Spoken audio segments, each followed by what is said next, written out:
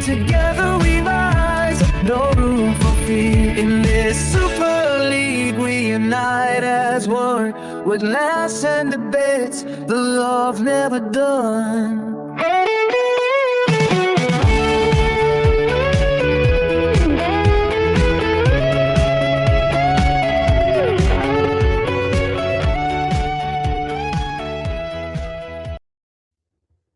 All right, welcome back to Two Yachts for a Saint podcast, powered by Acorn Joinery Leeds. Special guest this week, one of the more seasoned referees from Super League, now Ben Thaler. How are we doing, mate? I hope I've retired. That's it. Yeah, like I say, we really appreciate you coming on, Ben. Appreciate your time. We know with people are busy with life, etc. First of all, mate, how are you doing? And how is this new role of yours within the RFL with these young referees coming through? Yeah, it's challenging. It really is challenging. I think that's sport at every different domination, different types and different levels of the game. It is good. There's a lot of good young, really young as well, some of them, match officials coming through the structure. It'd be nice to get some ex-players who finished maybe the National Conference League, or some lads who retire from the Championship, or even a Super League player would be great. And we've got a couple of lads who've just gone to the first team squad now, refereed and played in Championship before taking up refereeing. But yeah, it's challenging. It's there's lots of exciting stuff around the game at the moment, and lots of talk and things like that. And obviously, the game always needs officials, so it's been an interesting start, if you like, to a new role within the organisation. Yeah, I mean, it's one of those. I was going to ask you a bit later on, but I'll ask you now before we get into your career personally. Has your daytime routine sort of changed from leaving the field duties to obviously what you're doing now? And if so, has the change been easy to sort of integrate to?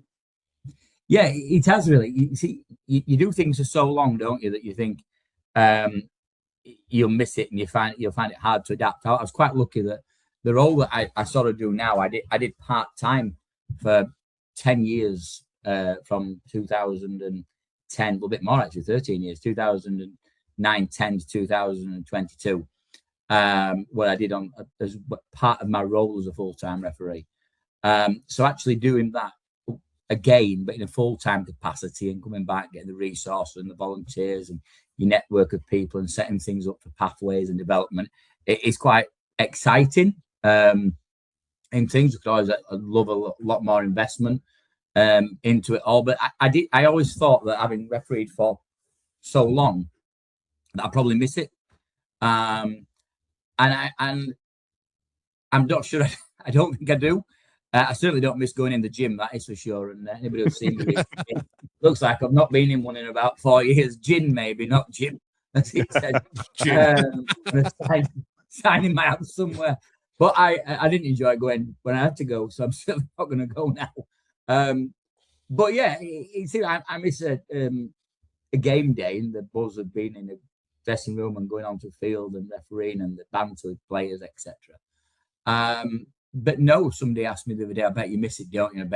And after so long, no, probably not. It was the right time to go as well. So it was the right time to retire after 24 years as a senior referee. It was the right time to bow out, if you like, and before I become completely and utterly past it. So I'll say that now before one of you lot do. Before I completely didn't know what we're doing, or couldn't. Well, most people say I didn't run very much anyway, but it was it was the right time to go. The banter and stuff, but things evolved, don't they? When, as I say, 24 years on a panel, the game changes so much. I remember going onto panel when I was 19, and I reduced the average age of the senior refereeing panel to 37. When I retired, there wasn't a 37-year-old on the panel.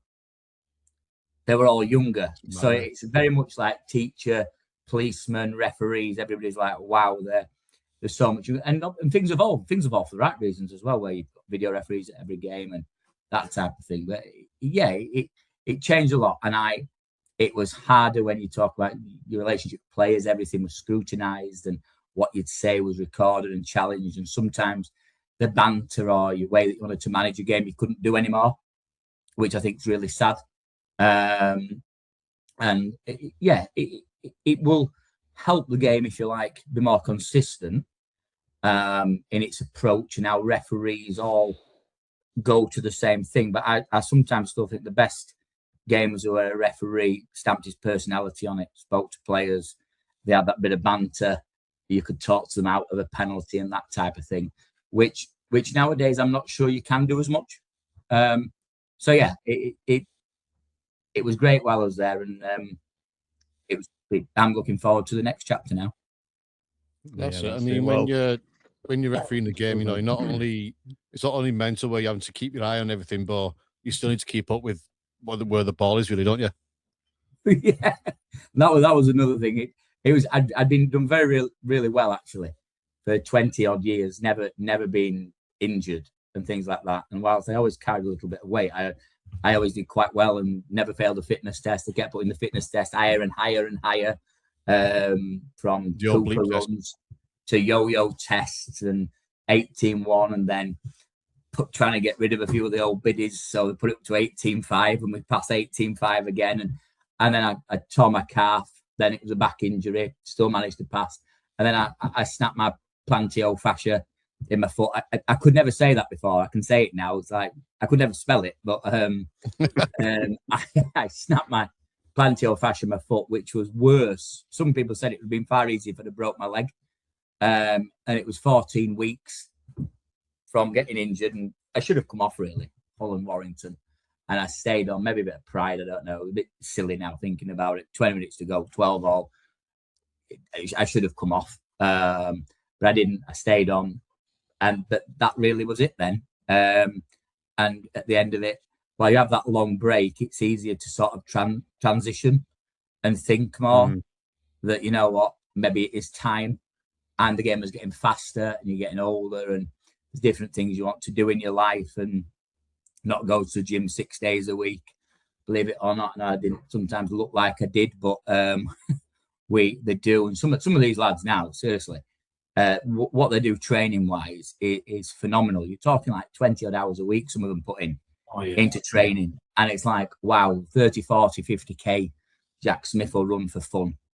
And it would become a joke in the end that we'd get asked to do stuff for charity. So we'd get asked to do like a charity 10K or half a marathon, and we'd nominate Jack, and then it was a bowls match or something like that, and I'd get nominated. So it was like, this is probably the time. No, the fitness regime over a long period of time, and I think back to when I first was promoted, we did a Cooper run, which was a 12-minute run, and you had to run 3,000 meters in 12 minutes. Like I said, most of that panel was well in their 40s. Colin Morris was nearly 50. The Connellys were in the mid-40s. Steve Presley, Stuart Cummins, Russell Smith were in the 40s. And they all smashed this. And that's running a 4-minute K. So 3Ks straight off at 4 minutes is some going. Yeah. And it's something that not other sports at elite level actually do. Their tests weren't as strenuous as ours, and we were part-time at the time. But the camaraderie was great. I loved it. Particularly when I was younger, with the older lads, and obviously then things change. We go from being the youngest to the oldest, and things like that. But it did, and you sports science. So, for example, we'd rock up at Cleckheaton or Robin Park at Wigan, or it was Sutton Park, or wherever we trained, Thorns Park, and we'd just have somebody who would tell us we'd running so many shuttles and this sort of stuff. By the time I finished, we have a psychologist, nutritionalist. Again, I'm not sure they could have done a degree on me on their own, actually. But then you have all these sports science guys on training and fitness and everything else, as well as physios and a lot. And your testing and your training will be measured to what you do in a VO2 max test, and it's like, wow, it's way on the machine, and you've got a mask on, and you're running at a pace, and it's type of testing that they do at Olympic athletes do. So that has massively trained from some. I remember a great guy when I first got on the panel called Ian McGregor, from Scottish guy from Huddersfield, and he'd swear like a trooper, and you'd generally pick him up most of the time from Wetherspoons or the Crown in Huddersfield and all that to go training. Maybe even on match day sometimes.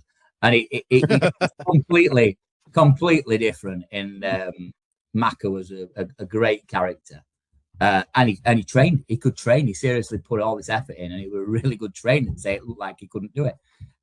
But years later, things evolve, and that's where you are now. And you look at some of them, and I seriously think you look at people like Aaron Moore, Jack Smith, Chris Kendall, Liam. They could train with anybody, any first team.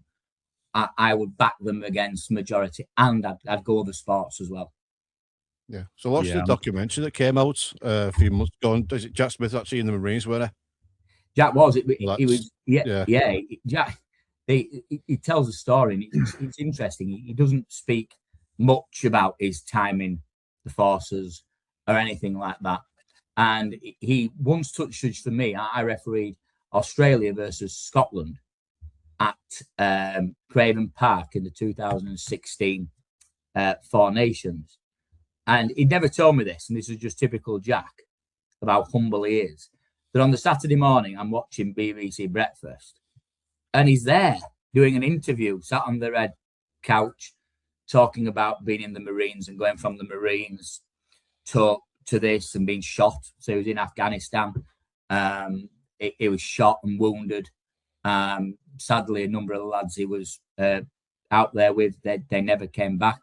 Spent 6 months in rehab, and then tried and started to get his life back together. And I obviously had to leave the army. But you have the typical of rugby league fans, if you like. And I remember he refereed his first ever Super League game on Sky. It was Castleford, I think, versus Widnes at Castleford, and he had a great game. He really did referee well, and they were praising him like a war hero. And it was something that was really good. And then 3 weeks later, Castleford played Hull at Hull, and they were all shouting all sorts. That was just like, right, well, sod it now. You might have been a war hero, but now you're just a ref. But yeah, you've got loads of different. Liam Moore's a qualified solicitor. Marcus Griffiths is a qualified teacher. Rush is qualified in finance. Tom Grant's a plumber. So yeah, you have that real diverse thing. And when I finished at the end of 24, I don't think that I fought 20 years before when we went full time. That when I finished, that nobody would have thought in rugby league that a female would become a full-time match official. So when and Tara comes in with this great like attitude to training and things like that, and she just gets it because obviously she's refereed as well. People don't really know this, but she refereed the whole time that she played. So she refereed in the National Conference League for I'd say near enough 10 years. And then in Championship and things like that, which probably were League One then. But she did. She came through, she finished playing, and you look at Aaron Moore, Chris Kendall, they both played academy, and Aaron Moore played a little bit of first team at Salford. He was at Salford, signed for Salford, and then I think he went to North Wales Crusaders and things. And we've had other players as well, like Jamie Bloom, who played at Halifax. Carl Hughes, who's on the current Grade 1 panel, he played at Featherstone Rovers, Doncaster, etc. So it does. And there's a lad called Neil Horton who played a lot around, if you like, the Championship in the late 90s and early 2000s, who's a Super League touch judge. So it really does that really good, different match into what everybody does from all different types of backgrounds as well. As I said, we have people go to university and get legal degrees. We've got people in the past who've probably got less GCSEs than Rodney Trotter got in Only Fools and Horses. But and you can work out what they are for yourself. But yeah, it is. It's really weird who officiating attracts. Yeah, it's a whole community within itself, isn't it? The official side of it. Someone needs to do it. Yeah, that's it. I mean, just going back to the very start of your career, then, Ben, because obviously we don't get much background on referees and match officials, but we do on players. I mean, you're a Normanton lad, aren't you? West Yorkshire boy. Was it always referee the sort of road you wanted to go down, or did you play a bit of rugby and then get into refereeing? How did it come about for you from an early stage, mate? Well, it's interesting. See, Normanton is like right in the centre, and I was born in Normanton. And I'm proud, and I just live outside. I'm not telling you where, but I when I'm cutting my grass, I often get Castleford fans or Everton fans giving me a few fingers when I'm cutting my grass and they're driving past, and things like that. But I still am involved in quite a lot of things in and around charity stuff and education around Normanton. And I played a little bit, but not much. I played more cricket. I enjoyed my cricket and cross country. I played at school. We played rugby union at school though, and things like that. But we played at school. And then when I was 12, so 33 years ago now, you had an option of going to science, which I couldn't stand, or going and doing this refereeing course. So myself, a gentleman by the name of Ben Westwood, who, when he was at school, he was a bit like when he played, he was always the last one there, and things.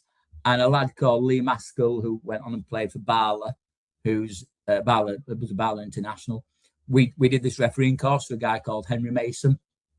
And I remember it was the summer of or just before the Challenge Cup final in 1994. So we're still playing at school, which was quite interesting because then I'd referee the year below and things like that and get out of lessons to referee. But I weren't really bothered to start with. If I'm honest, I'd be happy to just pick up a game a week, save doing a paper round and getting wet through and getting a bit of pocket money. And it sort of just evolved from going to a referee society meeting, which I thought was like, wow, as a 12-year-old. And I'll never forget now, because I don't know if any of you have been to Wakefield, there's a restaurant called Capri at the Vine. Now, I'm not doing any advertising or anything like that, but I used to call the Vine Tree Pub. And the referee society used to meet upstairs. But if they are listening, I don't mind coming in for a free. I quite like their veal steaks and what have you. A nice bottle of red. But the restaurant's available. I did. But there was no restaurant then. It was a pub. And it was a bit of a dive, really. And we were upstairs in this big room. And it was like a smoke-filled room. And they invited the test match ref, who was Graham Annesley, who's now really high up, obviously, in the NRL. And a couple of our touch judges, Billy Blunden, bless him, the late Billy Blunden, and Ray Duckworth were touch judging in this test series. And it was like, wow. And you had all these blokes. Well, sadly, and that's 1994, I'll bet from the people who were in that room, I've been to more than half of them's funerals. So you're like a 12-year-old with blokes who are like 45, 50, older. And one of the funniest things was, but you'd listen to them and you'd listen to Annesley talk about going out refereeing at Wembley and sending Sean Edwards off and that type of thing. But we got introduced or asked to stand up, and Lee Maskell's dad was a referee. So Lee stands up, my dad's Roger, blah, blah, blah. Play at Normanton. I got Freeston High School. Next one. Ben Westwood stands up. My name's Ben. When I'm not suspended, I got a Freeston High School. When I'm not suspended. No, he weren't that bad. That seemed to be a bit of a traitor's career. Like yeah, he's a bit like when he was late. I'll tell you a quick one on that very quickly. I was doing this the other week speaking, and somebody asked about sending people off. And so we did this refereeing course together. And then in 2012, I'm refereeing Warrington versus Wigan at the Halliwell Jones. And Wigan's scored. I can't remember who scores for Wigan. And Westy dives on top of them, which he shouldn't do. And as they get up, have a bit of a tussle, and then he headbutts him. But I obviously didn't see that. So we're there. We break everything up. And Benny comes up to me and he says, "Oh, Benny, come on. We've been friends for years," and all this sort of stuff. And the big screen is right behind us. Right? So you've got this huge screen. You've got these two little figures at the bottom. And he says, "Benny, I promise you I've not done anything." Whilst on this screen behind, he's actually butting. And he just said, "Benny, you've not seen it." I said, "No, I've not seen it, but the 14,000 people in this stadium have." So you're off. But going on about that, and broke off then, sorry. My dad had a bit of a reputation. He played amateur rugby league. He was a bit of a tough nut. He got sent off 41 times, as I got shown his disciplinary record just before he died the other year. Although I don't know how you get sent off for biting when you haven't got any teeth. But he got sent off, only got off with a couple on biting, so he's guilty. And he's probably the only person ever to get signed eye twice. How he can get a lifetime ban twice, I don't know. And he played at teams like Fryston and Lock Lane and Bisons and Jubilee and Smallthorne Hotel, all the hard glass out and under 19s, etc. But all these referees in this room at this Wakefield meeting, I stand up last and say, my name's Ben Thaler. So the chairman was a lovely guy by the name of Tony Palmer. And Tony Palmer stands up, he takes his like glasses off and goes, that's not Pete's lad, are you? And I said, yeah, I am. And he said, F me, he says, he sent him to spy on us. And it was like really like surreal. And weirdly enough, he then asks Tony Palmer, brilliant. And the great Freddie Lindop was in the room, and it sounds daft. The people in that room, the majority of them become your friends and like your rugby dads and like mentors and things like that. And what I loved was the people who were there right at the beginning were there like towards the end as well. Some of the ones that were still with us and things. And it really was good. But he said, Tony Palmer said, put your hand up if you ever sent Ben's dad off. And 90% of the referees in the room put their hand up. So it was like, that this is going to be good. But it was weird because my dad was my probably biggest supporter. He was, but he was also my biggest critic. And actually, because he played the game like he had like a different philosophy on things. He liked it tough. He liked it when the referee played on and let the game flow. Yeah. But weirdly enough, it was funny, really. Everything he said went by gouging. So I was like, all right. So I should let everything go by if somebody gouges somebody or grabs something they shouldn't, then I should take action. And I was like, wow. But it was always funny that if my dad, and he'd go to a lot of my games, but he never pestered, so he wouldn't come anywhere near the dressing room. The majority of time, he'd make his own way to the ground and things like that. But if he thought I'd refereed well, I would bet you 95% of the time the Rugby League thought I'd had a shocker. And if my dad thought I was rubbish, they'd thought I'd done really well. And it was like this balance that you get there and you get decisions, and sometimes you've got to roll your sleeves up. And it's nice to have support from your family, but I think it's also nice to have people like genuinely like turn around and say, I think you got that wrong, son, or I'm really proud of you, and that type of thing. And that was quite good. My brothers both played rugby, and Adam signed for Castleford. I'll quick joke that we all went to Freeston High School. So I went first, and I went to university. And I'm now chair of governors there. Adam went and signed professionally for Castleford, and Joe went to prison. So three totally like, and I always say it when I like going to school, three totally different like lads. But my brothers were both playing, and there were no mobile phones and stuff like that then. And I'd get the bus to games. Or my late granddad, bless him, he'd say, yeah, I'll take her. And then I'd tell him I was actually refereeing in St. Helens or Hull or Wigan. And he's like, well, I think we better set off now very quickly. So, yeah, it was different. I think it's like a different mindset now with like technology, social media. We used to wait and get a piece of paper through on a Tuesday through the post. If we relied on Royal Mail now, the game had taken place before we knew we were refereeing on it. But you get it through. Or the best one was there's a wonderful guy, and sadly he's not very well at the minute, called Ken Tinsdale from Wetherby, and he was the appointments officer for Yorkshire, and he had his voice back smashed in, so he'd be like speaking like he had gravel in his voice like that. And what he used to do is Kenny worked nights at this place, so he'd ring, no mobile phone. So when he'd just start his night shift, he'd start ringing people up. But if you remember then, your phone, you had one in the hallway, wouldn't you? Or one in the kitchen, and the other would be next to your parents' bed, right? And I'm 12, 13. So you can imagine when the phone rings at, I don't know, 11 o'clock at night, this bloke saying, and my mother picks the phone up and he's going, she'd put the phone down. No. And we get to this referee society meeting, and he'd stand up at the end and he'd say, point of order. He'd say, why is it I ring everybody? And they always put the phone down. And I said, oh, it's you. My mum thought it was some pervert ringing up. Because he had this voice. What a wonderful character. We could talk about a full podcast on some of the things he's got up to in his life. But yeah, so much fun. Yeah, the stories that I like, remember all your lifetime, I suppose, mate, won't they? So, I mean, they're always worth telling from that point of view. I've just done a few notes on you regarding, your career, mate. Am I right in thinking your first Super League game was London versus Leigh in 2005? And if so, what do you remember that, mate? So we went down. The night before, or day before, and one of my teachers was a great friend of mine, Stuart Marshall, and in goal judge was a guy called Steve Williams. And they said, right, you're going down to look after him.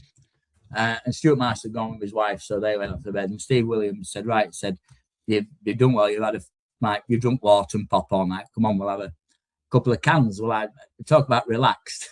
I think I needed some Imodium the day after. Oh no! And I'll never forget. It was boiling hot. It was absolutely boiling hot. And we kick off this game. I'm quite nervous, and it's played at Brentwood, and they used to get a decent crowd at Brentwood. And our tables have changed, because London won, I think, something like 74 points to 10 against Leigh. And it really was. Leigh were always a hard team to ref. Always played physical. I always enjoyed refereeing Leigh. And in fact, Leigh played in my first proper first team game in 2001 when they'd won the championship, and I refereed them on the last day of the season at Hilton Park. And funnily enough, I've got a picture somewhere that when they knocked Hilton Park down, there was a picture of me awarding Timmy Street his last ever try. You wouldn't recognise it me because it looks like I'm weigh about 12 stone, and I've not done that for about several years, put it that way. And this game is 84 points to 0. So nobody can mess 84 points to 0, can they? I nearly tried anyway, because York put this kick in. The ball flies dead, and I give a tap 20. And the York hooker at the time was a guy called Pallister. Really good. He'd played in the national leagues, NFP, and all this sort of second division for a long time. Really good player. And he came up to me and said, I think you'll do really well, mate, in your career. And he shook my hand. He said, you'll do that well that I've just kicked a drop goal and you didn't even notice. And the score ended up 84 points to 1. So that was a nice little tale on things like that. But it was great. Crowds were packed in championship and all that sort of stuff. It was tough. As I mentioned before, I went on a panel where I was the youngest by the Richard Silverwood, 5 years older than me. And then I think after Richard Silverwood, it was like Ganson and Ian Smith, who were 10 years older. And then there was a gap. And literally, there's people now in their 70s, early 70s, like I mentioned before. Your McGregor's, Colin Morris, who was a great referee and a great help and mentor to me when I was on the panel. It was nice because he was the oldest on the panel and I was the youngest. And sometimes you'd think, but you know what, there'd be a bit of a clash there. What's this young kid doing? And him not liking things like that. And I'll never forget when I did referee London and Leigh in Super League, he was the first person to ring me up to congratulate me. And he was still on the panel, and by this time he was refereeing more in the NFP, National League, etc. So that was nice that you have that great camaraderie around you. It's different now, and I'm not saying the lads don't get on. They do get on, but it's harder when it's a full-time environment. You're working full-time, because no matter whatever happens, and I'll challenge anybody to find a way to resolve this, but there's 9 of you. I think the most of us, there's ever been 11 full-time referees. And at the end of the day, only one of you referees a final. So it's not like a team where there's 22, 23 of you and pick 17. 4 of you miss out, or 3, whatever it is. There's only one person gets it at the end of the day. And I think that's the hardest bit, that you have to work as a team all year round, and you need your team on your games. And I'll be honest, I had my favourite touch judges, my favourite video referees, that type of thing, all the way through my career, who I knew I worked better with, who I trusted, that they'd have everything behind my back and all that sort of stuff. But it is hard when you think, you know what, only one of them going to get a game. So to keep that like professional relationship, friendship going is really hard. But it is nice. There is, as I mentioned before, I think the average age now is about 32. So your span is like Liam Rush is the youngest at, like, I think 25, and Jack Smith's the eldest at 36. So, but they're all around 30, 29, 30. Your likes of the Moore brothers, Grants, Griffiths, and etc. Kendalls. So they're far more closer. They've all got children at the same time and all that sort of stuff, which is probably more like a playing team than when I came into it. And let's be right, the majority of referees were older. They were in the 40s and things like that, like they are in a lot of other sports. Yeah, you just touched on there on the cup finals and the Super League grand finals, etc. I mean, that was in my next sort of questions here. Obviously, in 2015, you did both Super League grand final and the Challenge Cup. I mean, what sort of, you mentioned earlier about, there's only 4 of you can do it, and what is the criteria? What do the RFL, the board and the panel look for that person who's going to take them big games, mate? And obviously, it would have been a proud moment within your career to do both in the same year. Yeah, listen, when you start out doing anything, whether that's playing or refereeing or whatever it is, whether you're a community player or a professional player, as a ref, your pinnacle, no matter how old you are. So a 12, 13, 14-year-old lad starting refereeing now, the pinnacle of your career is to referee a Challenge Cup final. Some lads would say it's the grand final now because it's taken over prestige and all that sort of stuff. Yeah. But Wembley was always the main thing. It's been there 120 odd years, and that type of thing.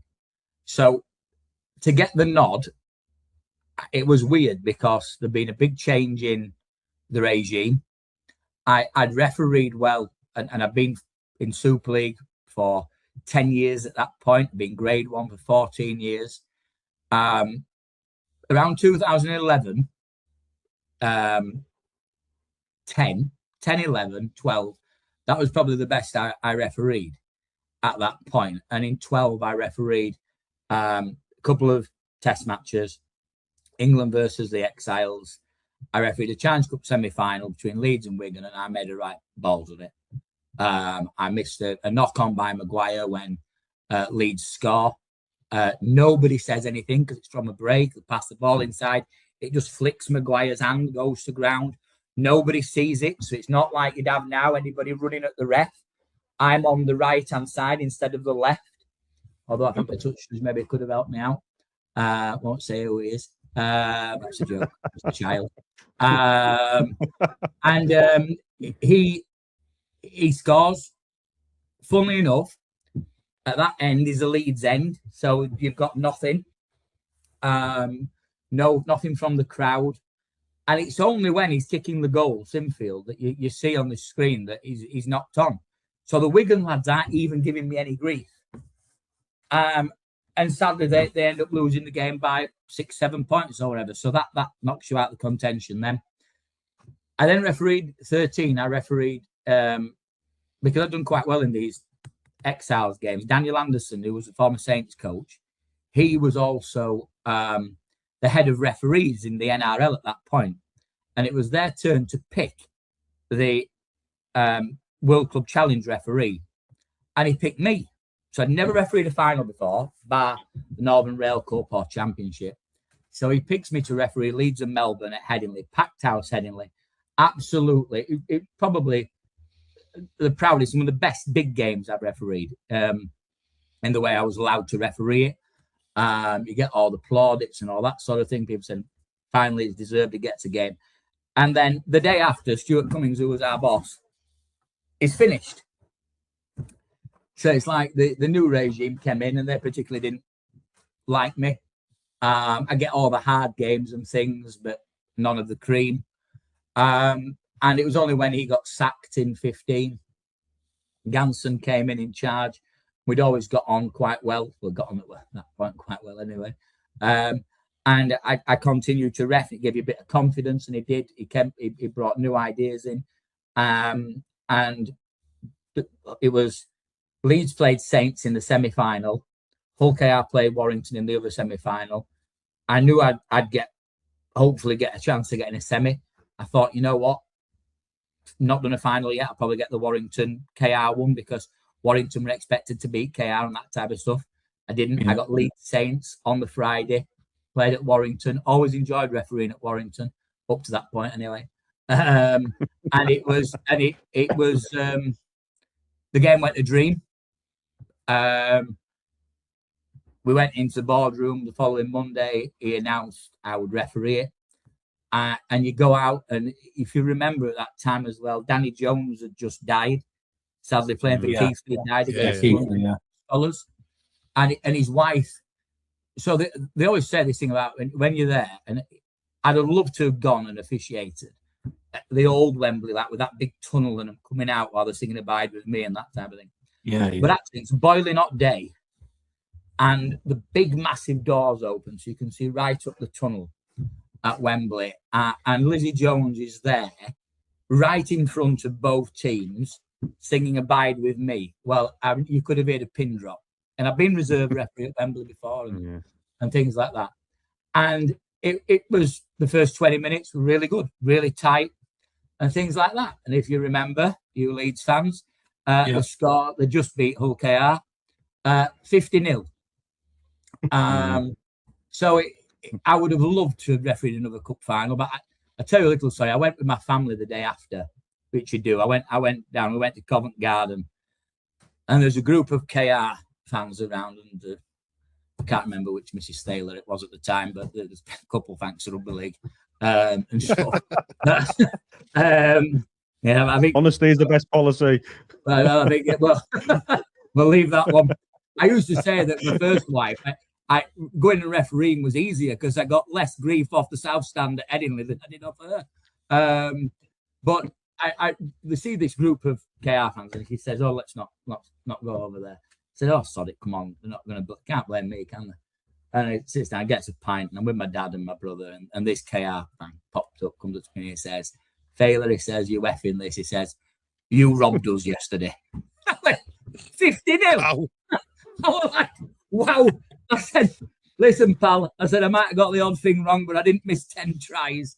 But and then it was quite interesting then because at that time, the grand final was only 4 weeks after. So if you refereed Wembley well, you had a big chance of getting the final. And for me, I then, after the Wembley, the week after I went down, I think it was Millwall played. Catalan played Wigan. And so I went down to London 2 weeks on the bounce. And that was a hell of it. It was one of the hardest games I've ever ref. I had 3 or 4 in the bin. There were all sorts going off, not on telly. And I came back, and my reviewer was a guy called Tony Brown, great bloke, former Super League touch judge. And he was like, well, I tell you what, you did well getting that cup final, but I think this is the best you've refereed all year. And then I ended up 3 weeks later getting appointed to do the grand final, which was, again, really special. It's not talked about much, but the Challenge Cup final had 80,000 at it. So the last time we had 80,000. And the grand final was sold out. And it was obviously the year that Leeds got the treble, I think. Yeah. Yes, they did. They got the treble. And it was a great game, which Leeds win 22-20, I think. 2018. 28 was it that? Anyway, that happens, and there's a test match on, and generally, unless you completely cock something up or mess up, sorry, I'm not sure I should say that. I've done quite well. I've not swore yet, have I? So you can't swear as much as I do. You'll be all Fill your right. votes. I've still got a job, so we'll leave that one. No, I refereed the test series between England and New Zealand, and one of the saddest bits that so you've gone from this hype of like a month of like surreal refereeing at Wembley and Old Trafford and stuff, and then I refereed New Zealand versus England, the first test at Hull, and England. I nearly said we then, didn't I? England just beat them. And we came off and we got ushered into this room. And again, you're on this high because I've refereed international rugby before, but not full test rugby. And we got told that Chris Leverbarrow, who was a Super League referee, had taken his own life. And it was like, wow, you're going from up there to down there so quickly. And it's like reality hits you. Yeah. And it's like, what on earth has just happened? And that was a real shock and something that the match officials came together on, which was really nice. Rugby League came together, and Rugby League Cares Benevolent Fund, Steve Ball did an amazing job with Steve Ganson, but what they did for Chris's family and his little girl was outstanding. But it's something like that like you make you think in relation to like reality of what goes off in the world. There was only 26, 27, no age really, full life ahead of him, life and soul of the party, and you're like, well, why on earth have you done that? But yeah, so that was 2015, which I'll never forget for loads of different reasons. And sadly that year, earlier on in that year, my dad had got diagnosed with Huntington's disease. So actually one of the proudest bits of it still came to all my games. It was great that he came to Wembley, being really poorly. He came to Wembley. But before that, my stepmother had rung and told my mother that I got the gig and stuff like that. And she said, "Do you want me to tell your dad?" And I went, "No, I'll come and tell him." And that was probably the proudest moment, or one of the proudest moments of my life. And I can imagine see him now getting up, because he was still reasonably with it in terms of coherent and knowing what was going off. And he asked me, he always asked where I was refereeing, and he knew it was the cup final that week. And he went, I mean, and he actually said, "Have you not got it?" And I went, "Yeah, I have." And I'll never forget the hug I got in his lounge and things like that. So there's stuff like that you don't forget. And I'll be honest, finals, test matches, stuff like that, I enjoy refereeing. I do this 745 stuff. I've asked by Lindsay, but the day I retired, I'd not seen a message off Lindsay Burrows asking me if I would referee this charity game. And I thought, well, that retirement didn't last very long, did it? But I love stuff like that. Refereeing in the championship, I loved going to Whitehaven and places. Maybe not in middle of winter and things like that, when it's like raining sideways and things like that, and you couldn't get you'd send somebody off and you couldn't even get your cards out of your pockets and things. But overall package, and I seriously think if you can referee amateur rugby league, John Olsworth and Freddie Lindop used to say, if you can referee Charleston versus Streethouse, or Charleston Upton, or Charleston Fryston, you can referee anything. And they're right, seriously. Mm-hmm. If you can referee these tough, top amateur games, when it comes to refereeing Super League, it's just about speed. Yeah. And I often think that you would get games, and they say that adage of the best games or the best referees are the ones who are not noticed. That don't mean they don't give any penalties. That means you're sat at home thinking, well, that's a set restart, that's a penalty, and it gives it, and the game's still quick. So you can end up with 20 odd penalties in a game, and people go, "Oh, I didn't notice him." But then you'd have some fans saying, "Well, he just blew pee out his whistle." depending who you are or what you want to watch. But if you start at home game, that's a penalty or that's a 6 again.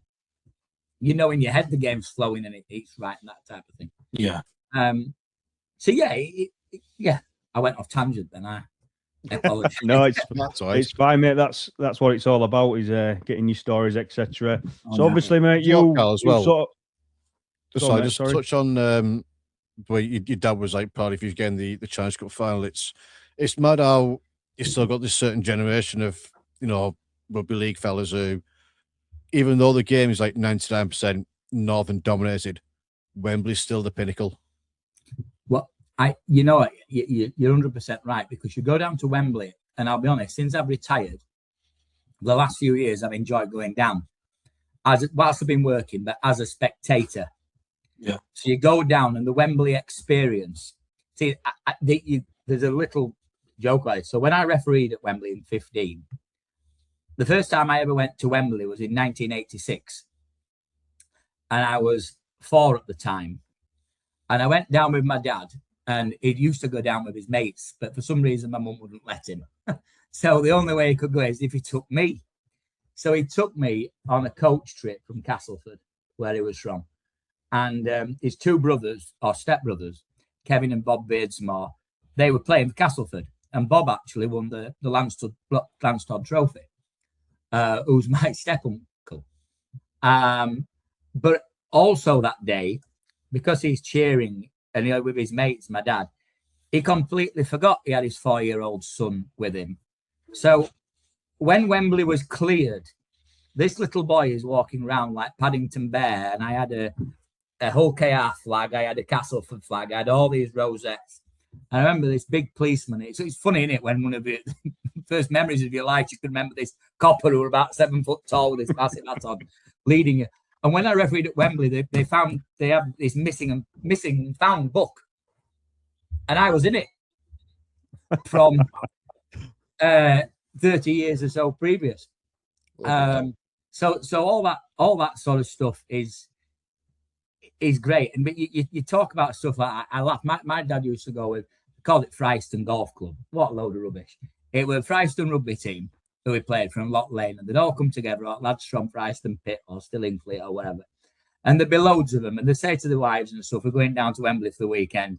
Half of them would forget the rugby were actually on, and stuff like that. Or they'd go and they couldn't even remember who'd played.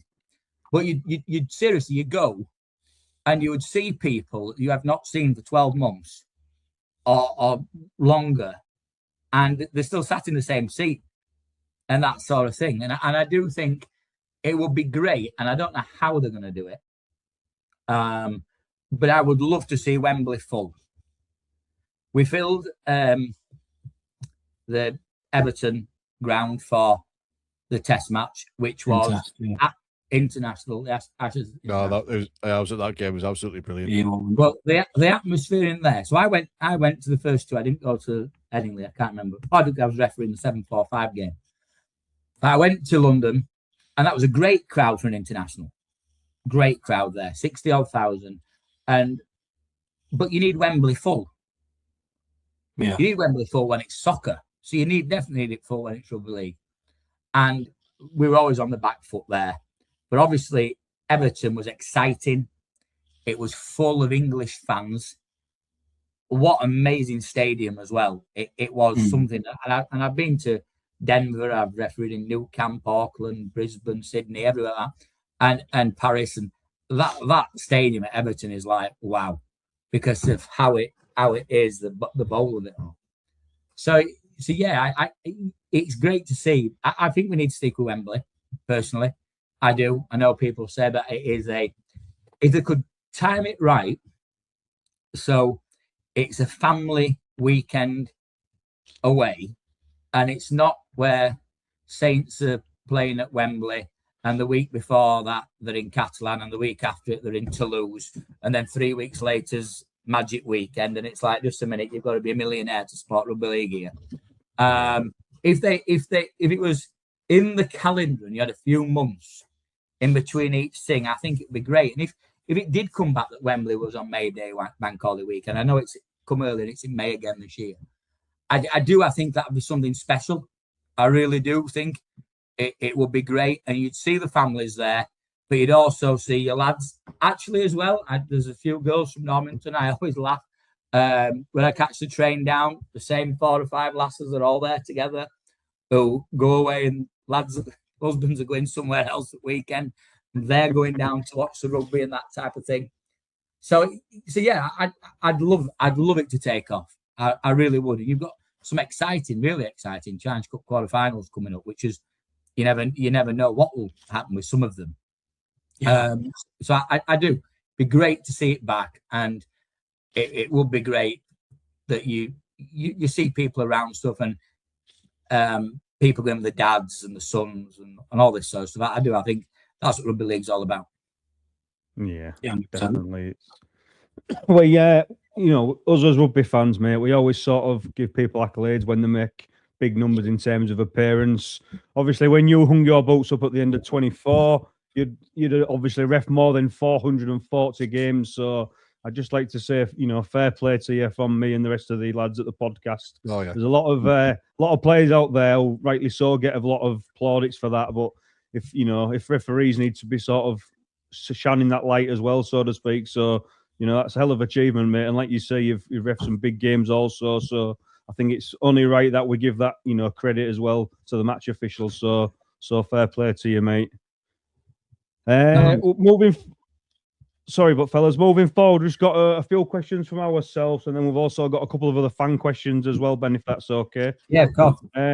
The first question is from myself. What do you think as a referee? What would you like the fans to understand more about referees? Because you said it earlier, you'll be at a game or you'll come away from a game and you might get a bit of abuse. You've cost us this game, you've cost us a point, 2 points, whatever, etc. What is it you would like to see that the fans could understand a bit more?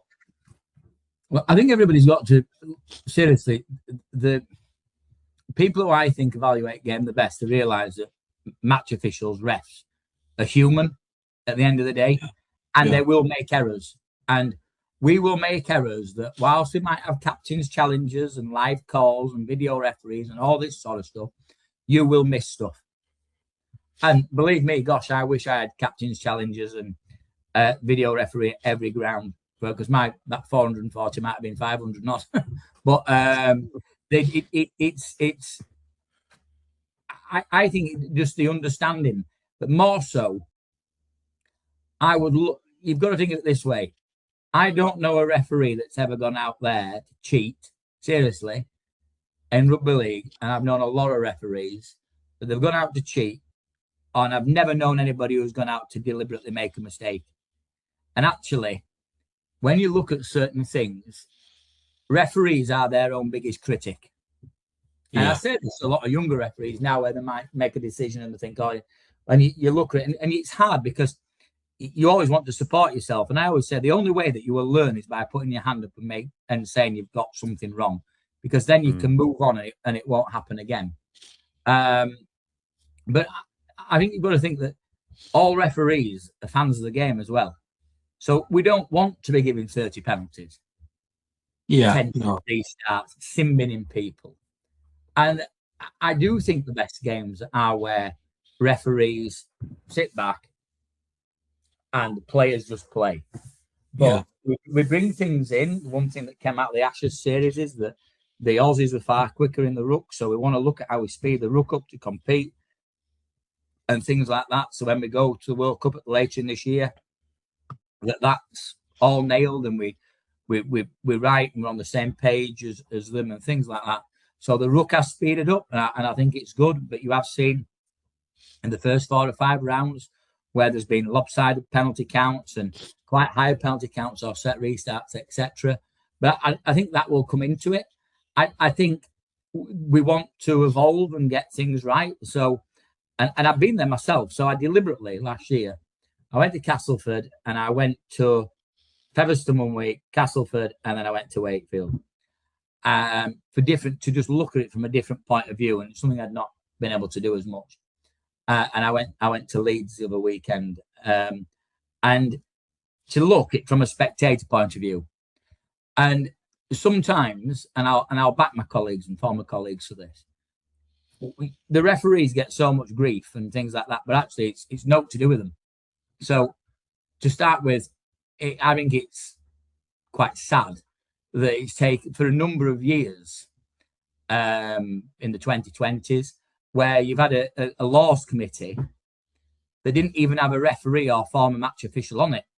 Well, I don't know how that makes sense because they're the people who administer like the laws when it's done and apply them and say what would make sense. But I think if we could get to the point where everybody has the different opinions on certain things. I don't like the 6 again. I just think it's a load of crap. It's great for it flowing. But you know what? I think if they've infringed, penalise them, keep penalising them, put them in the bin. That'll tidy it up. We want the ball in play. Then I understand why it works. I do. I can live with it. And it's interesting. You have a Super League coaches meeting where on some rules and law interpretations, you will split the room, completely split the room of what their personal preference is. And that might be because, one, they're purists and they like the game stuck to how it should be officiated. I remember I had some battles with Tony Smith, the former Leeds coach, and I class him as a friend now. He was a purist. He wanted the game to succeed. He really did. Whilst he might have coached Leeds and Warrington and Huddersfield and England and all this sort of stuff, and Hull KR and Hull, he wanted the game of rugby league to succeed. Even though he was born in Australia, he wanted the English game to succeed. And he had different ideas about how it could be done, and he got listened to on a few certain things. But I think somebody of his knowledge would be brilliant at rugby league and things like that. It's not Red Hall now, it's Etihad. But people like that who you listen to, sadly, we have all these lawsuits in now.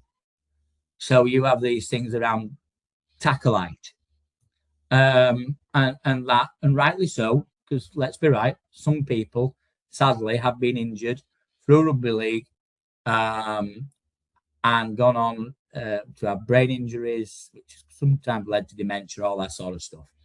But that was before like science came in. So some of these were a lot before we had medical science, before we had concussion, like that. So it's interesting you hear and listen to a lot of senior players who turn around and go, well, you'd never sue them because they didn't know what the effect it would have on us. We didn't. We just got paid to play rugby league, and that was it. Yeah, now it's a totally different thing. Now it's a different thing. When you know about medical science and things like that, about concussion, HIAs, everything else, it's a totally different ball game. But if you look at the game now, to even when I got promoted in 2001, it's totally different. So you can imagine what it was like in the early 90s, to in the 80s, to in the 70s, and that type of thing. So I do. I think nobody wants, and referees certainly don't want a game to be stop, start. And the other week when I mentioned going to Leeds and Wakefield and Castleford, etc., I was a bit disappointed in the ground when video calls were taking too long. And a captain's challenge would take 3 minutes. But then we'd have a stoppage immediately after for HIA. I think at Wakefield the other week against Hull, can't remember, it was the first 10 minutes of the second half. Lasted about 20 minutes because it went from a HIA to the touch judge's comms not working properly to a captain's challenge to a video referee call. And it was like, wow, this game needs to like flow. Yeah. And I'm not a massive rugby union fan at all. But I watched England and France on Saturday night last week. And I'll be honest, I was like taken away with it in terms of how they just got on with it. Totally different. I know it's fast and people criticise how England played and things like that. But they get the balls in play. It's exciting. You look at them about kicking goals and the shot clock. So when the ball is on the tee and he knows he's going to miss out, he picks the ball up and kicks a drop goal, which you could do in rugby league. And I think we could learn off them. They've learned off us. So let's be right in this. Rugby league was the first sport to bring in a video referee. Yeah. Yes, cricket brought them in, I think it was 94 for run-outs. That's it. That's all they had them for, run-outs and stumpings. In 96, McCallum comes over with the Neville Smith, the producer of Sky, who really was somebody who had forward thinking. Brought the video referee in. For years, we were advanced on in terms of where we were at compared to other sports. And for years, they looked at us. And maybe now we tweak stuff. We're trying to do something that the NRL do. But the NRL has got an $8 million budget. I think Phil Benson's budget's about 1.5 million for the whole of officiating. So not just Super League, we're talking all the way down. Yeah. And when you work that out, that's pretty tight.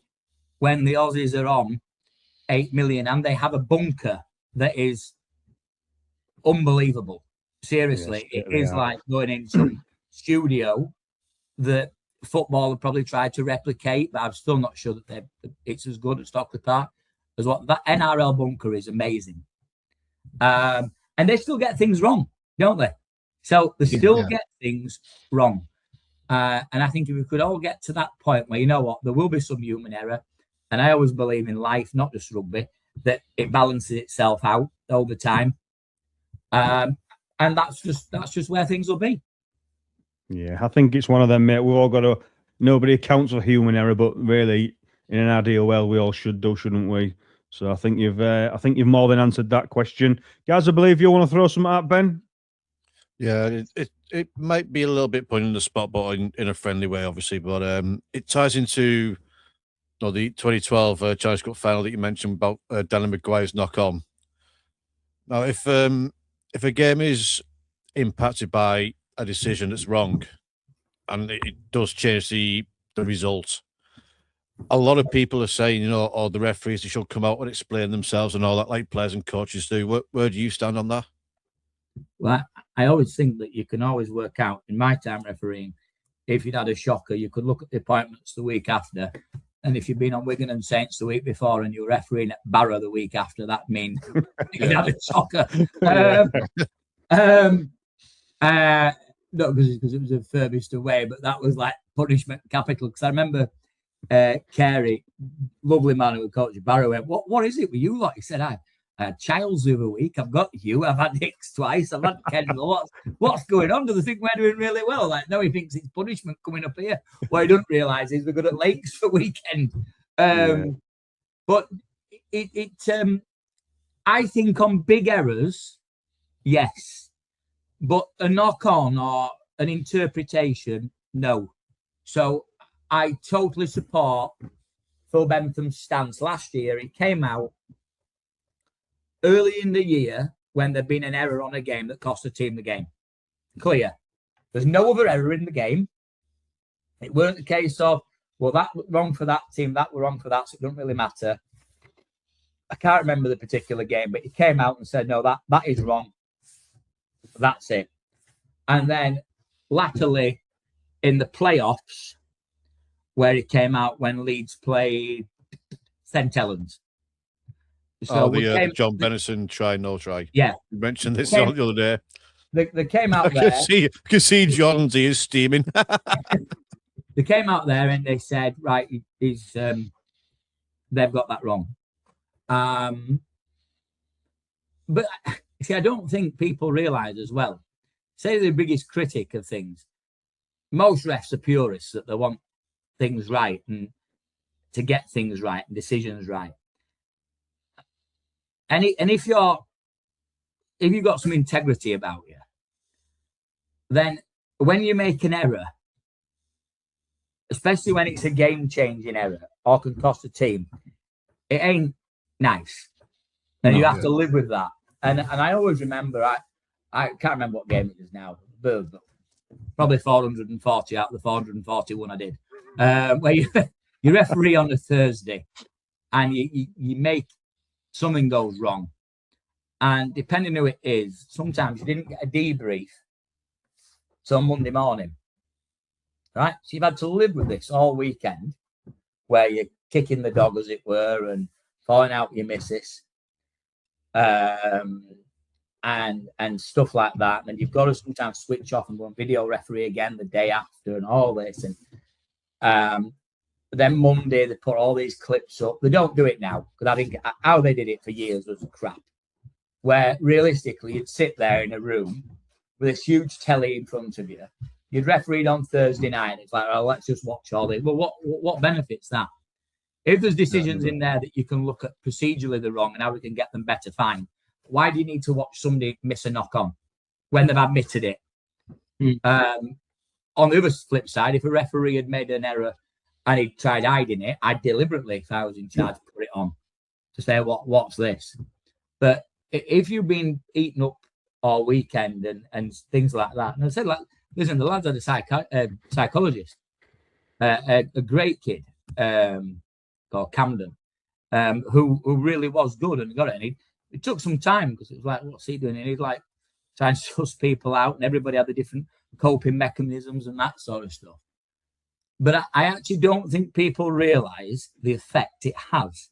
And I asked Chris Kendall the other week to come and present some certificates because I was part of my new role as in charge of recruitment and development, and recently also added the Super League development guides to what I manage at the moment. Chris came and he shows this thing. Now, as I said, when I first got promoted, he didn't even have mobile phones. So when I finish, you have absolutely everything from Twitter, X, what it is now, Instagram, all these other things. I'm sure that people have seen the Snapchats of me eating a McDonald's on the way to a game and like me exploding like Bart Simpson's dad in McDonald's outside Warrington Ground and that type of stuff. And it is, but there's some funny stuff you'd see, and people with this AI stuff now, seriously, which I think, it's dangerous. Seriously, some of it's fun. Some of it really is fun, and you sit there and you laugh. But then some of it, there's a difference between. Then somebody has to just go that step far, don't they? Yeah. So Chris puts up on this thing some clips from Twitter that is or X that he's taken down the last few years, and one said, I bet Chris Kendall can't wait to get home to get in bed with his mummy and daddy and have a cuddle after that performance. And the room would laugh. And then you'd scroll down and it'd say, I hope Chris Kendall dies in a car crash on the way home. Yeah, that's going to be that's too the far. problem now with social media now. It's then it's one thing. The worst is when so you share. And why shouldn't they be on social media? Some sports say officials shouldn't be on it at all. But the younger lads, that's the way things are. He shares this picture of his gorgeous little boy and his partner, and some fan just comes on and puts, hope it dies. And it's like, whoa. Oh, yeah, I remember that one, actually. Do you remember that? And it's like, what on earth? And then we have things like, I'm video refereeing for Robert Hicks. I'll never forget this. Friday night at OKR, they play Warrington. And Hicksy referees this game, and Warrington lose. And this fan said, be careful in the car park, because I'm going to shoot you when you leave the ground. Well, this kid, I'll never forget this. We've not seen it. And Robert's wife decides to ring Humberside Police. So we get home about 2:00 in the morning, having had a police escort out of Hull. Had to stay there until they'd sourced out where this person was. And in the end, it turned out to be some young kid who sat at home having his cheeseburger with his mum and daddy, just messing around on his phone. Yeah. And it's like, you don't realise like the impact. And Robert has some young kids and that type of thing. But yeah, you'd laugh. I once had one. It was hilarious. I refereed Castleford and St Helens, and this guy abused me to bits. And I looked at his name. This is privately as well. He sent me death threats and everything. I'm going to beat you up when I see you in a car park and down a dark alley and this. And I looked at his name, and while I'm looking at this on my phone, I've got my game on my computer watching it back. And this bloke was actually the sponsor of the match. And his name is actually behind me while I'm going to the screen. His name's behind me. God. So I'm like, is this for real? And then 4 weeks later, I meet this little fat guy with his wife in this shop in Castleford. And I'm looking at him going, I know you. So I said, I've come to pick my bike up. And I deliberately went, because he was behind me. My name's Ben Thaler. And I remember him going like this. And I said, would you like to go outside? And he was like, oh, no.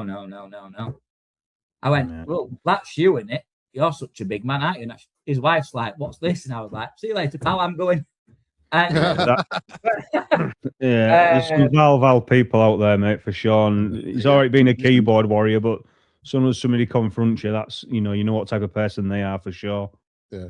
That's the problem with social media now, is too many people have the voice. I mean, in the ground, in the moment, you know, you can shout things and you think, oh, yeah, maybe I don't mean that. But if you're taking time to type something out, you've got time to think about what you're saying. And there's no excuse for that for me. It's interesting as well. You say in the ground. I'm not saying I get it when you're at home and you watch it back and you watch replay after replay and he's right.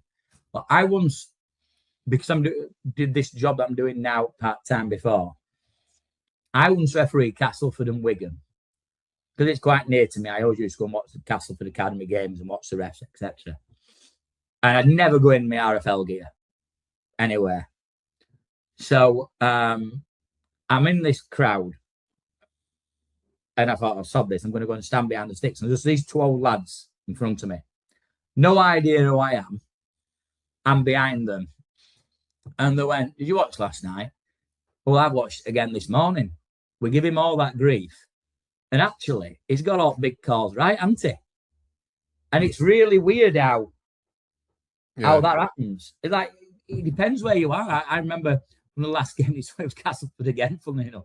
I video refereed Castleford and Salford.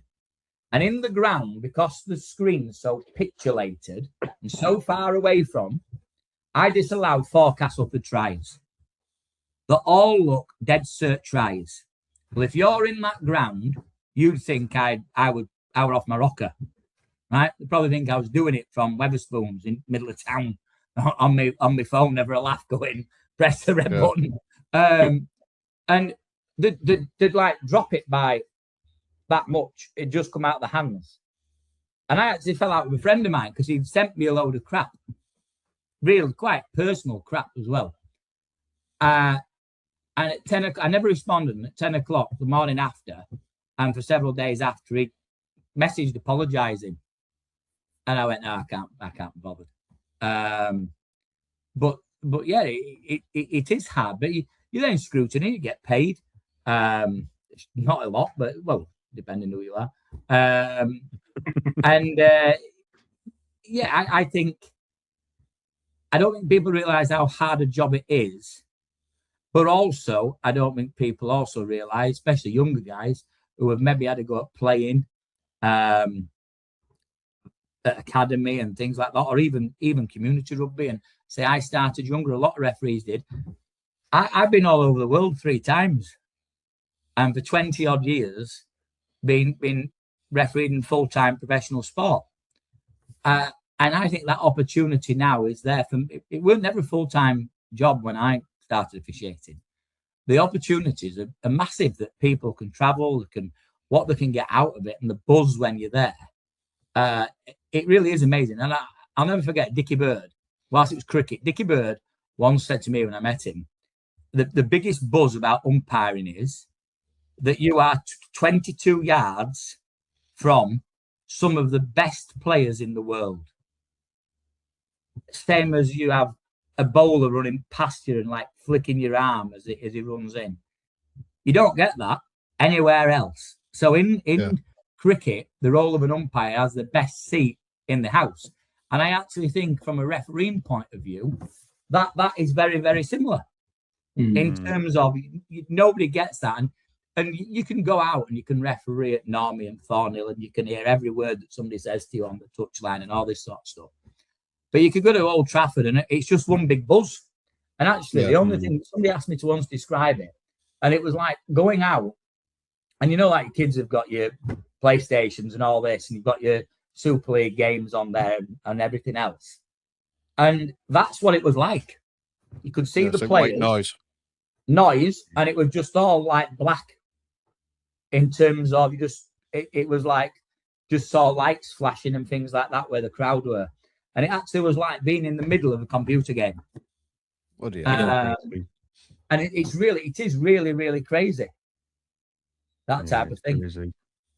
That's it. Jordan, I know you wanted to ask Ben a couple of questions. Obviously, we've took quite a bit of his time up so far, mate. So I believe he answered one earlier on in regards to the 6 again rule, mates. Did you want to throw your second one at him?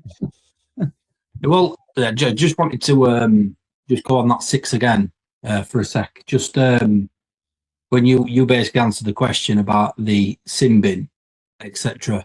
I wanted to ask, do you know when it happened with Leeds? I think it was last week with Wakefield. Do you know obviously when you get in the 6 again? Yeah. And you can get it maybe 4 or 5 times in a row.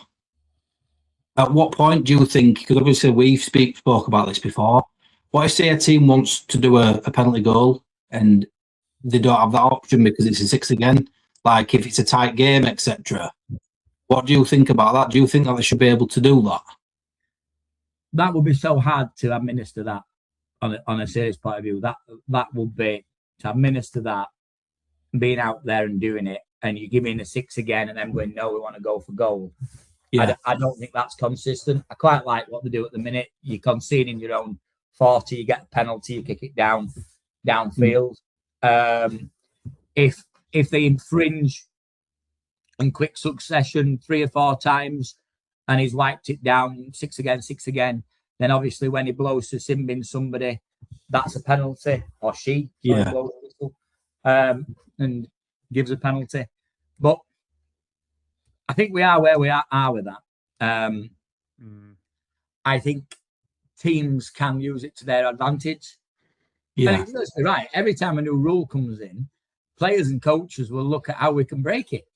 Yeah. How can we get around this? And it's like, we haven't even implemented it yet. And it's like people thinking of a way that, how do we get round and that type of thing.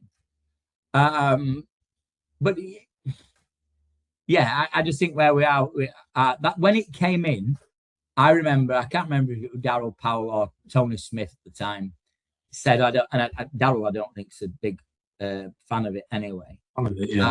They said, well, it's just a load of rubbish because people are just going to concede deliberately and give stuff away because they know it's never going to go to the next level.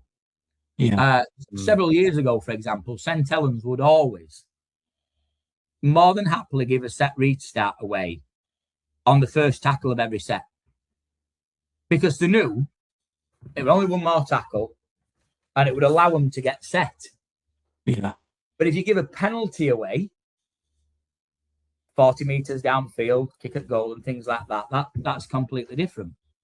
So yeah, I think it's here to stay for now, but I think there'll be different interpretations of it all along. The one thing I would give it its due for is it does allow the ball to stay in play more. So the ball is in play far more. And it's free flowing with having it. It's just if certain people take it to the next level, and like you say, Jack, rightly so, sin bin the Leeds player when they just repeatedly infringed and there was no improvement in what they were doing. So he correctly, in my opinion, put somebody in the bin. Yeah, just to extend on that a little bit, Ben. When you say, like, obviously you were right with Saints because we have done it where you just infringe on the first tackle. Would it help if the referee went right 6 again, back 10 if it's like tackle 1 or 2? Yeah, but again, if we want in, and this is my. It would take a lot of consistency, wouldn't it? It would. There's that. So you stopping, starting play, back 10, bring it forward, all this sort of stuff. Then you have a captain's challenge on the next one. Then you have a video referee call. You've got 10 minutes, and the ball's only been in play 30 seconds. Yeah. So actually, if it did go along like that, where it is a set restart, and we just get on with it, that is one benefit. But the best referees know when a team is taking the P, right? Yeah. And you know when you can talk to certain players, and I used to enjoy it because you knew you could feel what was happening and go, Danny Hull was brilliant to work with, in my opinion, because you would tell him, he would tell the player, and if you ended up blowing a penalty and sin binning somebody, he wouldn't lose your rag with you. He'd make sure he lost it with them, and you'd make sure as a ref that all these players knew you were putting the onus on them and trying to get them to play. It'd be really interesting. It will, and it'll evolve. It'll evolve more and more as time goes on. I think This think is why as I've got well, Ben, to get a ref on, because we have our vision of it as fans, and then obviously you're on the other side of the fence, aren't you, where you look at the game completely different. Yeah, and it isn't, and I think that will always be the case, and I think that's the best thing about rugby league, where people you're given that opportunity to see it from a different viewpoint. I think that is when it works.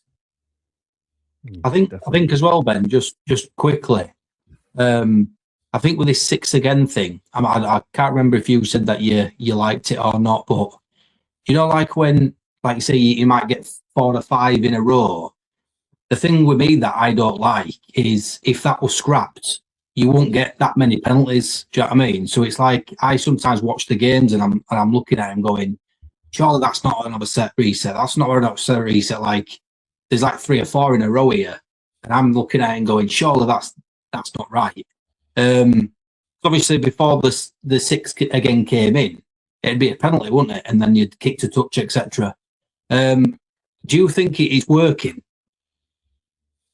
So I'll go back to the beginning on that.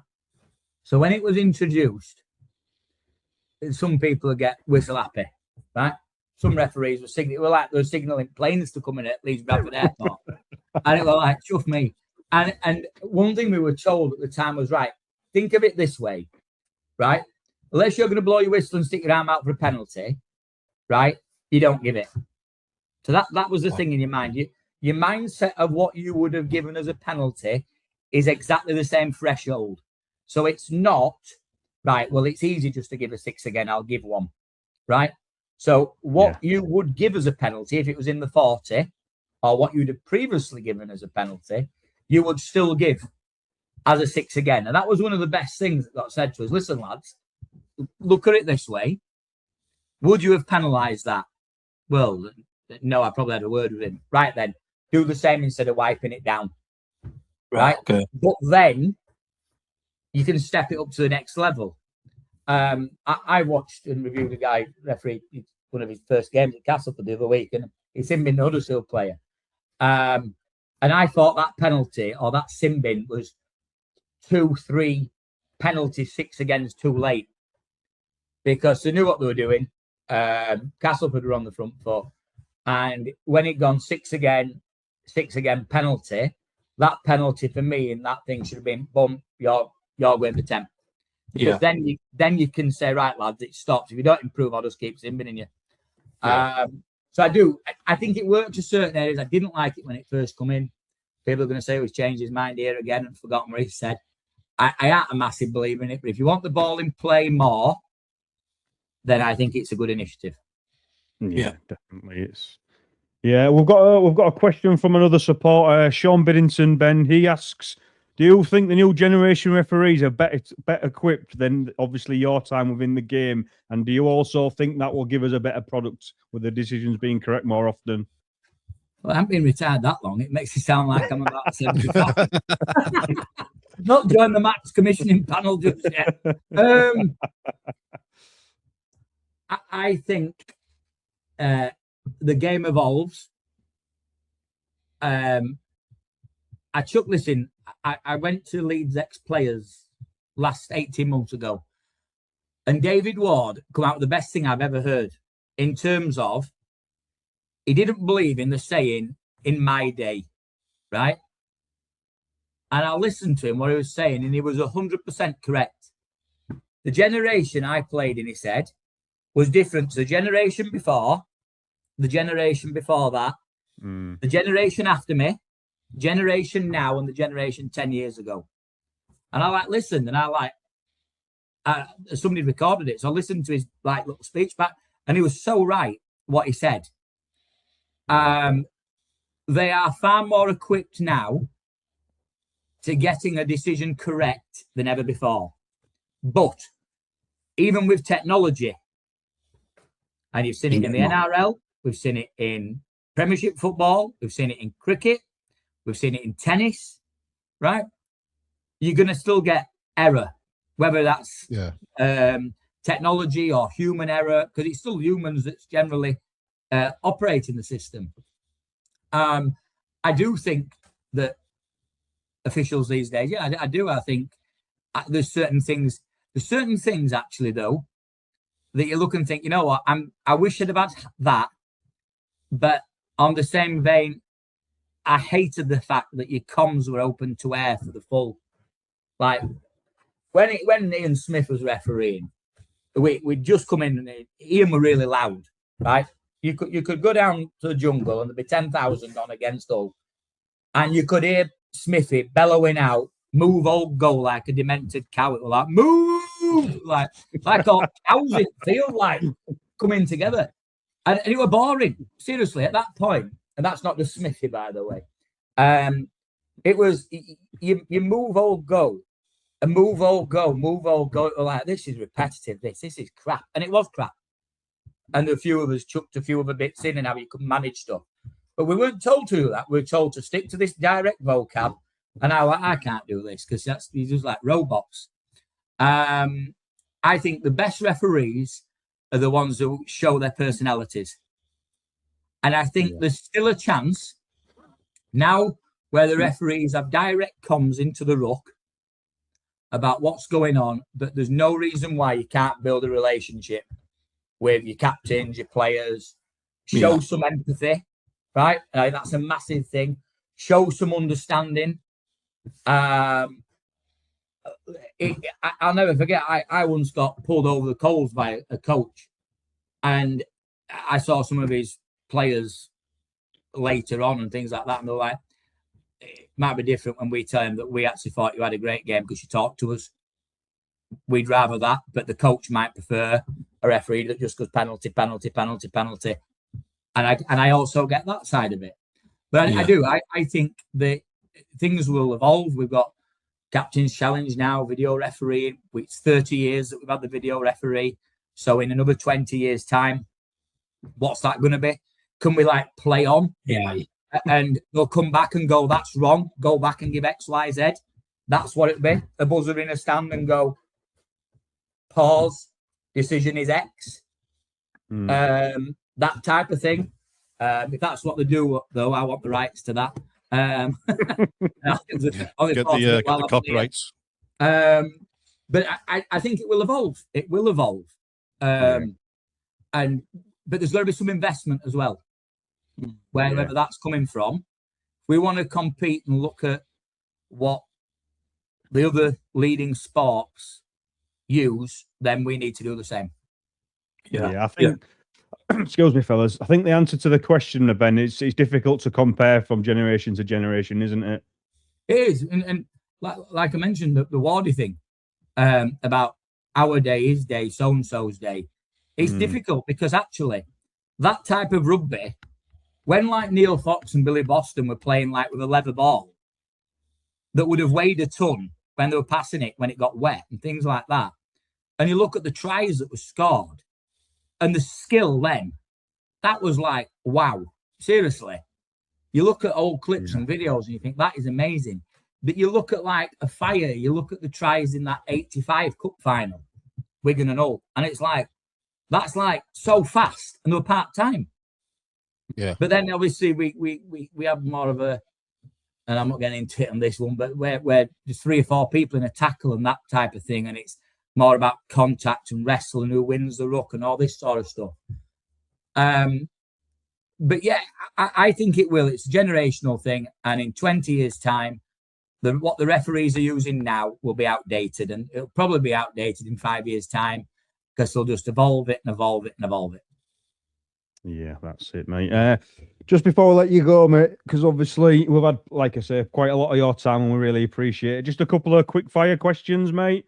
So best stadium atmosphere you've ever played in? Refereed in, I would say Headingley. And I've done some great games there. And probably the best was when I refereed Rob Burrows' a charity game when they played Bradford Bulls. And I'm not sure how many people were in there, but I think the turnstiles or the safeguarding officer, not safeguarding, the stewards must have gone home because it was the fire marshal would have had kittens. That atmosphere was rocking, and see that stadium, and that was always a special place. And I think a lot of people say that when that place is packed, and well deserved as well for Rob. Yes, well, totally. He was an amazing guy, amazing family, and it's great to see what Kevin's done, what Leeds Rhinos have done, and all his former teammates, whatever club they were at. And it's nice to see that his memory lives on with that 7-4-5 game that him, Ed Slater, and Doddy Weir all created, and I really do enjoy from retirement, although I might have to do it more training this year or just get up Manjaro like everybody else and look a bit slimmer, because I'm not sure they'll have another 2XL shirt like they did last year. But no, Headingley was a great place, but I also enjoyed the old ground, cast full, where you've got like spectators breathing down your necks, Hull KR and things like that. They were great places. Yeah. Toughest player that you've ever reffed? Now this is interesting because Danny Brough was he was a complete pain in the ass, really. But I really get on with him. I do actually. It's funny that he was a complete nightmare. But it's funny because he plays in these Silverbacks games and charity games and 7-4-5 games, and he's not changed. He's not changed in the slightest, and they all laugh. Unlike when he played at Huddersfield and wherever it was, and wait till they'd be kicking off and he'd be like, the veins would be popping out his head. Like, he still does that, and they all laugh their heads off to his teammates. Seriously, I put him in the sin bin about 4 times when we were talking about this the other night at Huddersfield, where it was never an issue with me. It always Hicksy would be on the line, and him and Hicksy had a Barney the week before when Robert had refereed him, and we'd go to like walk out, or he'd say something smart at a kickoff. But I enjoyed refereeing players like that because it was challenging, and it also kept you on your toes. And then you had players like Breers, who was very similar and things like that. And they were Michael Michelora. He was a class act. I enjoyed refereeing him. And things like that. Ryan Bailey's, who was, I remember I sent Ryan Bailey off. I think it was something like 2011, and it might have been slightly after actually against Huddersfield. And Ryan Bailey played in the very first game I refereed in 1994, Stanley versus Milford, under 10s, and he said to me, "You've been waiting 15 years to do that, haven't you?" And I went, 17, actually, get off. Ryan was a tough cookie, a hard nut.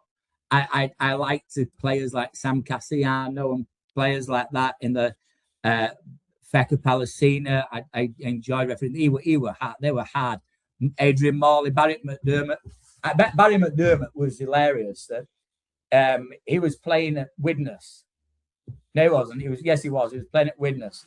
And Leeds, the game was at Widnes. He went to Widnes so after. And one of my first games I did in the Super League was Leeds versus Widnes. And obviously, I'd be 23, something like that. And we were all ready to go out. Widnes are lined out to go out. Leeds are waiting to go out. And they're still waiting to go out, And I'm like, we've got to go. We've got to go. And so we can't go yet because Baz is on the bog. And it was like his pre-match thing that you go to the loo before. And I had to pop my head into the dressing room and went, "Barry, get out of here quick." They were on TV and they're wanting to start. But he was a class act. And they looked after you when you were younger. Because the following year, I think him and Terry O'Connor went to play at Widnes. And they looked after younger refs. Where they'd been putting about a bit in the early 90s and things like that. They really did. And then Terry Newton was just, he was was something different. I actually really enjoyed his company and refereeing him because he was challenging. He was hard as anything for his size as well and stature. And he was another one who sadly missed the game. Yeah. Who is the best friendship you've created within the game, and obviously within your role? It can be a player, it can be somebody you've worked alongside or with. Is there any friendships that come to mind? Well, the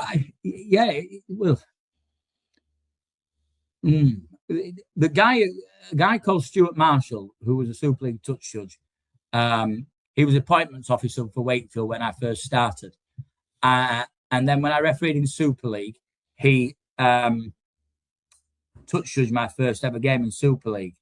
And Stuart touch judged for me in the 7-4-5 games. He's 77 now. And you do. And Tony Martin, Chuckle brother, as he used to be known, TV Tony, who touch judged for years in Super League. When you're younger and around a lot of older guys, you do. And I have some great friendships. Steve Presley, who refereed in Super League, Colin Morris, Ian McGregor, who was one of my first coaches. Some of those like friendships, they do stay with you a long, long time. I was asked to be Robert Hicks's best man, probably because it shows how many friends he's got, doesn't it, when he asked me. Well, I'm not surprised after that call he made in the 2019 Challenge Cup final. Well, funnily enough, I'll tell you. That one still hurts. Well, I'll tell you a little joke. This telegram didn't come from St. Helens, but you know what the old used to do at weddings, didn't they? They used to read out like telegrams. So I chucked one in. I found these cards. I'd opened these cards that people had sent. And then I sent one and I wrote it myself. And I opened this card up and I said, to Mrs. Hicks, I hope this decision isn't as bad as the one that he made when he robbed us at Wembley last year. With love from the St. Helens Fans Association. So you do, and I do. I've made lots of friends along the way. Some are no longer with us. Some you do, and sadly, because of how the game is, you fall out with people, colleagues, just for competition. But I did, and the late Johnny Holsworth, who was a great mentor of mine, a great friend. He helped me so much, not just within refereeing and my own game. And what I loved about John was how honest he was, and how straight talking, never any crap. If he thought I'd done something wrong in my game, he'd tell me. Likewise, if I'd refereed well or I'd managed a part of the game well, he'd tell me that. But if there's something in my game I thought I should work on or get training harder, he'd do the same on all that sort of stuff. And John was a great guy to then people who was coming through as well, and he supported so many referees. He really was a top man. Yeah, that's it. Right then, last and final question, mate. I know obviously you're a bit off retirement yet, so you'll still be doing your role for a few years. What hobbies and what are your plans when you are retired? Will you still get involved with rugby league, or will you literally just sit back and watch it on the telly? It's interesting. I'm not really an armchair supporter. I like to be doing things.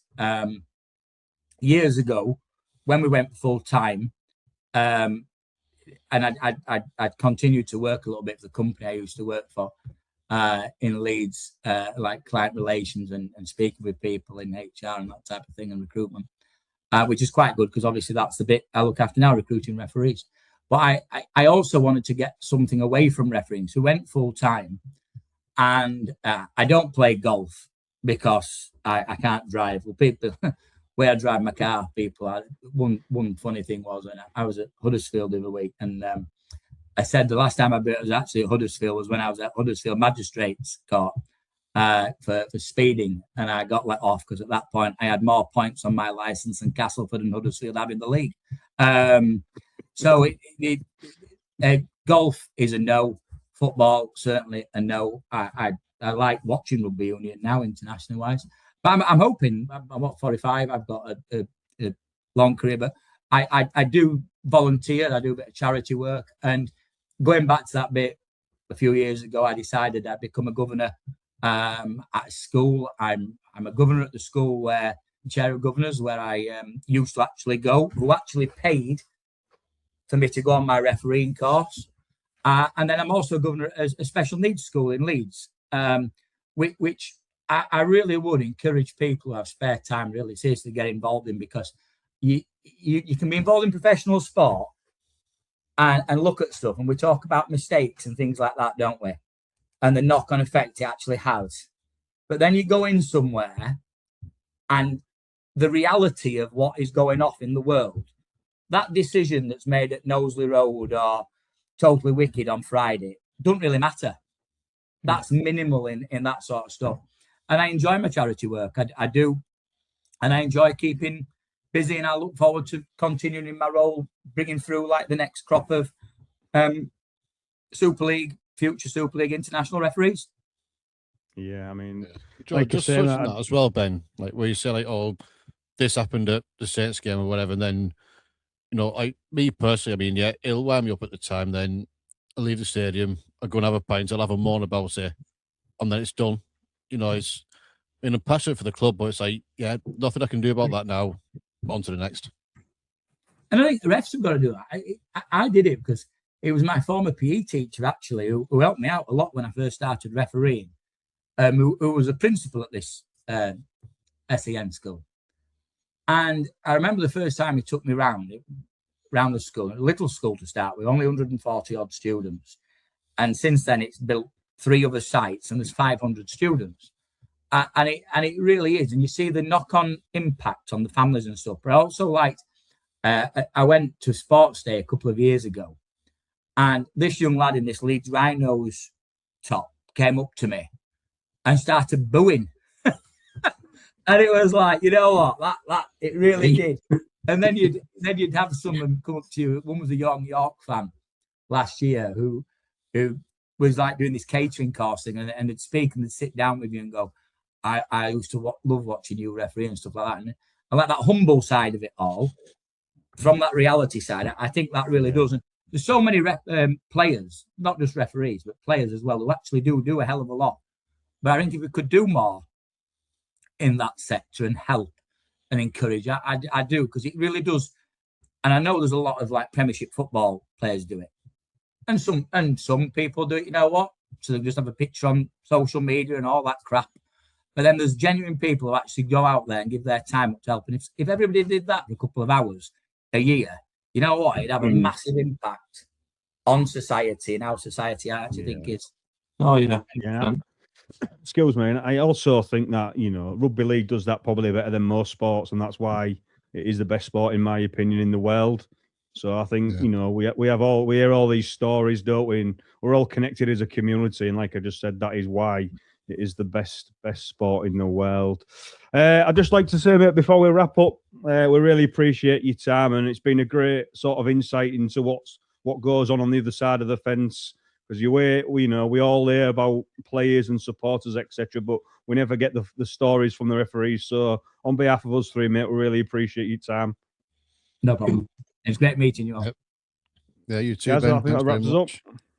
Yeah, so keep liking, sharing, and we had a really, really good response to Monday's podcast. So please, thank you for those numbers. That'll do us. And remember, the podcast is for the fans, by the fans.